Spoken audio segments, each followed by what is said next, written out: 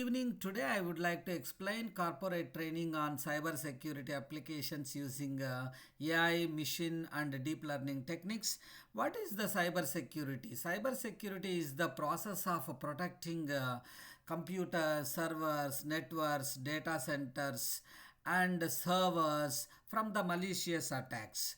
So here are the 13 subjects I am going to train on various concepts in cyber security, like introduction to cyber security, Python programming, computer networks, cloud computing, information security, network security, cryptography, application security, cyber loss and security auditing, cyber forensics, mobile security, ethical hacking, and by using artificial intelligence techniques, machine learning and deep learning techniques in order to find out the criminal activities, malicious activities from the unknown networks, and then followed by the various projects I am going to demonstrate with live on different networks in servers and data centers. I am going to demonstrate by using Python programming, and I want to demonstrate various ethical hacking programming concepts